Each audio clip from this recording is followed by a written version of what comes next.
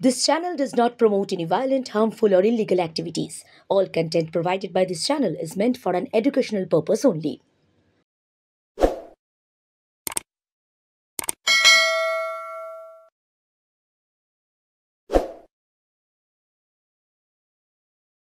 নমস্কার, বিশ্ব বাংলা সংবাদে আপনাদেরকে স্বাগত। আমরা রয়েছি বিশ্ব বাংলা সংবাদের ইউটিউব চ্যানেল বিশ্ব বাংলা সংবাদ প্লাসে। আমি অভিজিৎ। আজকে আপনাদের সামনে একটা খুব বড় সমস্যার কথা নিয়ে কথা বলবো। সাম্প্রতিক বাংলায় বেশ কয়েকটা ঘটনা ঘটেছে, যে ঘটনাগুলোকে কেন্দ্র করে হইচই হচ্ছে, চেঁচামেচি হচ্ছে। কোথাও ধর্ষণের মতো জঘন্যতম ঘটনা ঘটেছে, কোথাও শ্লীলতাহানি, কোথাও হাসপাতালের মধ্যে ঢুকে সিভিক ভলেন্টিয়ার ডাক্তারকে মেরেছে। এ সমস্ত গোটা কয়েক ঘটনা ঘটেছে। কোনো ঘটনাই অভিপ্রেত নয়, সবাই জানে। এই ঘটনা না হওয়াটাই কাম্য ছিল, কিন্তু ঘটনা ঘটেছে। এবং বিরোধী দল থেকে শুরু করে কিছু নাগরিক বলতে আরম্ভ করেছেন যে রাজ্যে যে আইন শৃঙ্খলা নেই, এটা তার প্রমাণ। দেখুন, এই বিষয়টা আইন শৃঙ্খলার সঙ্গে এই ধরনের আদিম প্রবৃত্তির কতখানি সম্পর্ক, সেটা পরে আসছি। এটার হচ্ছে যে ভুল ব্যাখ্যা করা হয়। ধরুন, শনিবার মধ্যপ্রদেশে একটি ঘটনা ঘটেছে। কি ঘটনা?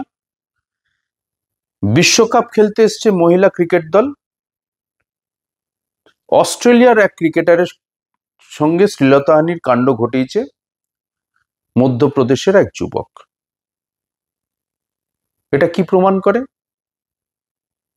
যদি ওই নেট নাগরিকদের কথা হচ্ছে ধরে নিতে হয়, সর্বগুণ সম্পন্ন এবং বুদ্ধি সম্পন্ন সেই সব নাগরিকদের এবং বিরোধী দলের কথা মেনে নিতে হয়, তাহলে বলতে হয় মধ্যপ্রদেশে কোনো আইন শৃঙ্খলা নেই। দুদিন আগে, 48 ঘন্টা আগে, মহারাষ্ট্রে আরো বড় ঘটনা ঘটেছে। সেখানে কি না, ফেক সার্টিফিকেট দেওয়ার জন্য বারবার চাপ দেওয়া হচ্ছিল জেলা হাসপাতালের এক ডাক্তারকে, একটি জেলা হাসপাতালের মহিলা ডাক্তারকে, এবং দিতে অস্বীকার করেছে বহুবার, কিন্তু তাকে কার্যত ফাঁদে ফেলে পুলিশ অফিসাররা ধর্ষণ করেছেন। তো সেই মহিলা ডাক্তার যখন পুলিশে অভিযোগ জানাতে গেছেন, ঊর্ধ্বতন কর্তারা ঘুরেও তাকাননি, বরং তাকে মানসিকভাবে নির্যাতন করেছেন অন্তত 2জন পুলিশ অফিসার। তিনি সর্বোচ্চ জায়গায় গেছেন, সেখানেও কিছু বিচার পাননি। শেষে হাতের তালুতে কি লিখলেন? সুইসাইডাল নোট, মৃত্যুকালীন জবানবন্দি লিখে দিয়ে বলে গেলেন, এরা এই করেছে, তাই আমি আত্মহননের পথ বেছে নিলাম। কি বলবেন? বিজেপি রাজ্যে আইন শৃঙ্খলা আছে? মহারাষ্ট্র কি বলবেন বিজেপি নাগরিকরা, বিজেপির সমর্থকরা? দেখুন, মধ্যপ্রদেশ কিংবা মহারাষ্ট্রের মতো ঘটনা খুব সাম্প্রতিককালে ঘটেছে বলে উদাহরণগুলো মনে থাকে। প্রত্যেকটি রাজ্যেই কিন্তু এই ধরনের ঘটনা কখনো না কখনো ঘটছে।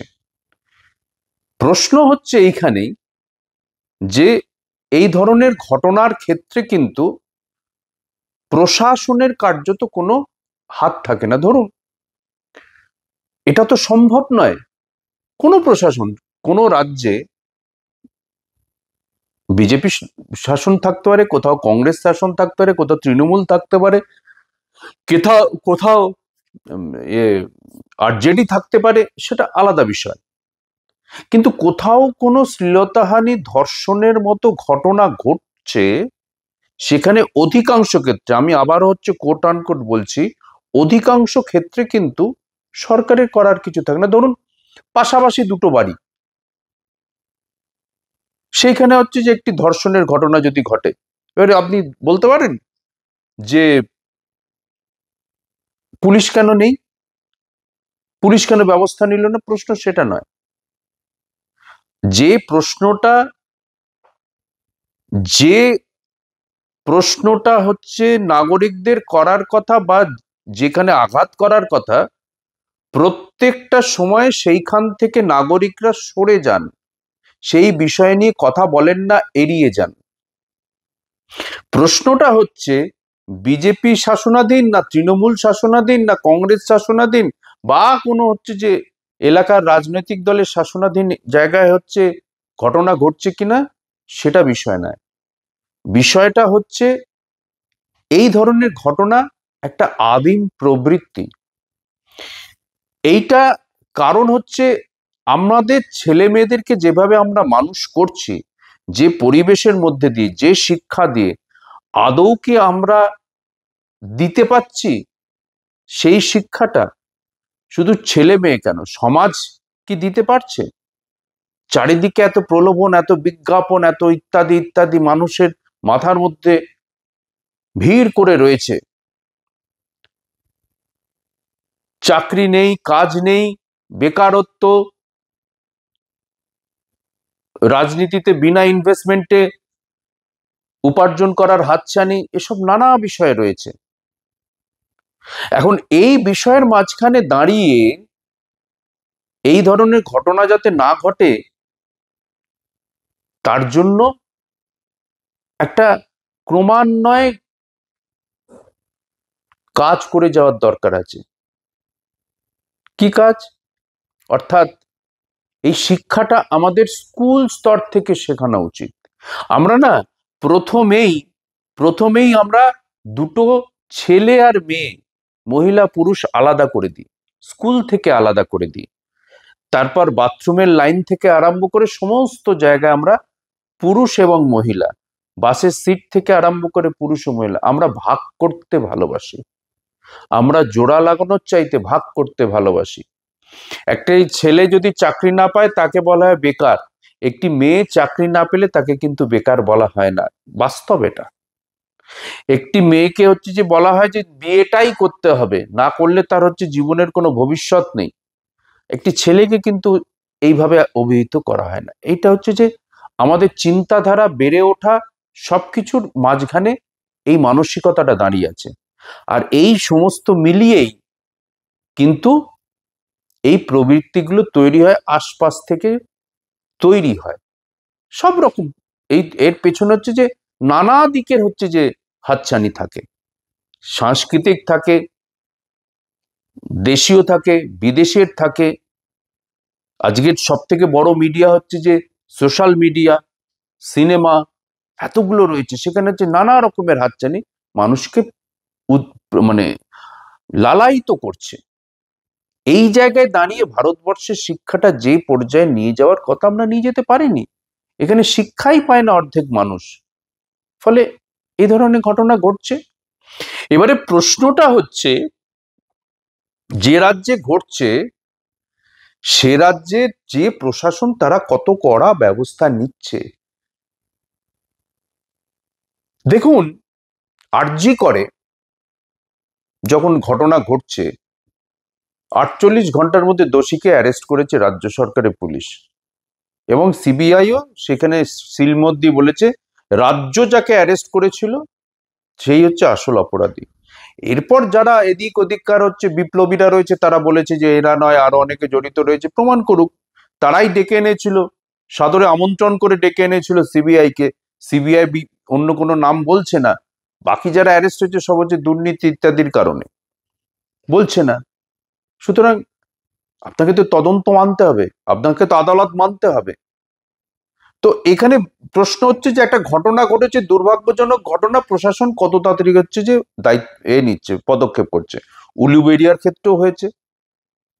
যে কোনো জায়গায় যা ঘটছে, রাজ্য প্রশাসন ব্যবস্থা নিচ্ছে। কিন্তু বিজেপি রাজ্যগুলো দেখুন, নেই। মহারাষ্ট্রে যে ঘটনাটা ঘটেছে সেখানে ব্যবস্থা নেওয়া হয়নি,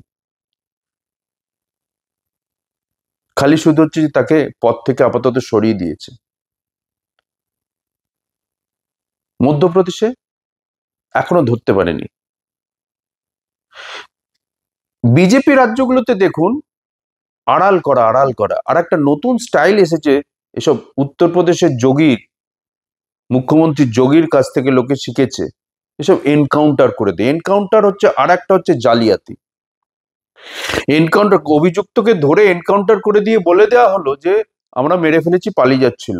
আসলে হয়তো দেখা যাবে, সত্যিকারের তদন্ত হলে দেখা যাবে যে তারা হচ্ছে যে অভিযুক্তই নয়, তারা হচ্ছে এই কাণ্ডটার মধ্যেই নেই। এটা আর একটা চরম জালিয়াতি হচ্ছে যে বিজেপির চলছে। তো এই পরিস্থিতিতে দাঁড়িয়ে যে ঘটনাগুলো ঘটছে অনভিপ্রেত। মিডিয়া রয়েছে, বাংলার মিডিয়াগুলো বেশি চেঁচামেচি করছে কারণ তাদের টিআরপির দরকার। নির্বাচন এগিয়ে আসছে, অক্টোবর হয়ে গেল, নভেম্বর, ডিসেম্বর, জানুয়ারি, ফেব্রুয়ারি, মার্চ, 5 মাস বাকি আছে নির্বাচনে। তার আগে তো ইস্যু তুলতে হবে, রাজ্য সরকারের বিরুদ্ধে লড়াই করতে হবে, বিজেপিকে তো একটু জায়গা করে দিতে হবে। আর বিজেপি যদি জেতার হয়, বিজেপি তার নিজে গুণে জিতবে। কিন্তু এভাবে একতরফা প্রচার করে, আচ্ছা বলুন তো, সারাদিন ধরে উলুবেরিয়ার হাসপাতাল নিয়ে, হাসপাতালে সিভিক ভলেন্টিয়ার এক ডাক্তারকে মেরেছে, অপরাধ করেছে, সেটা নিয়ে যতবার বলা হলো। মহারাষ্ট্রের ঘটনা নিয়ে আপনারা কতবার বলেছেন, ও তো আরো বড় ঘটনা।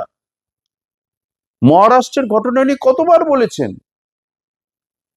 কালকে সারাদিন হচ্ছে চ্যানেলগুলোতে খুললে দেখা যাবে সারাদিন ধরে এই কাণ্ডগুলো ঘটিয়েছে চ্যানেলগুলো। কতবার। মহারাষ্ট্রের ঘটনা তো আরো হৃদয় বিদারক, আরো ভয়াবহ। ওখানে তো হচ্ছে যে প্রশাসন জড়িয়ে, আজকে জানা যাচ্ছে ওখানে হচ্ছে ফেক সার্টিফিকেটের একটা হচ্ছে যে রামরাজত্ব চলছিল, এবং যাতে পুলিশ থেকে আরম্ভ করে প্রশাসনের লোক জড়িয়ে ছিল। বলবেন কি?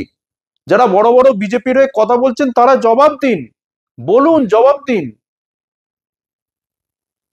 ফলে যারা হচ্ছে একটু বেশি বকছেন বাংলার বিভিন্ন ইস্যুগুলোকে নিয়ে, বলবো যে তারা অরণ্যে রোদন করছেন। আপনাদের সামনে যখন উদাহরণগুলো তুলে ধরবেন না, তখন আপনারা পালাবার পথ পাবেন না। ফলে সমস্যার গভীরে ঢুকুন, আসল জায়গায় ঢুকুন, মূলে ঢুকুন, না করে সস্তা হাততালি পাওয়ার জন্য এই ধরনের ঘটনা নিয়ে চেঁচামেচি করবেন না।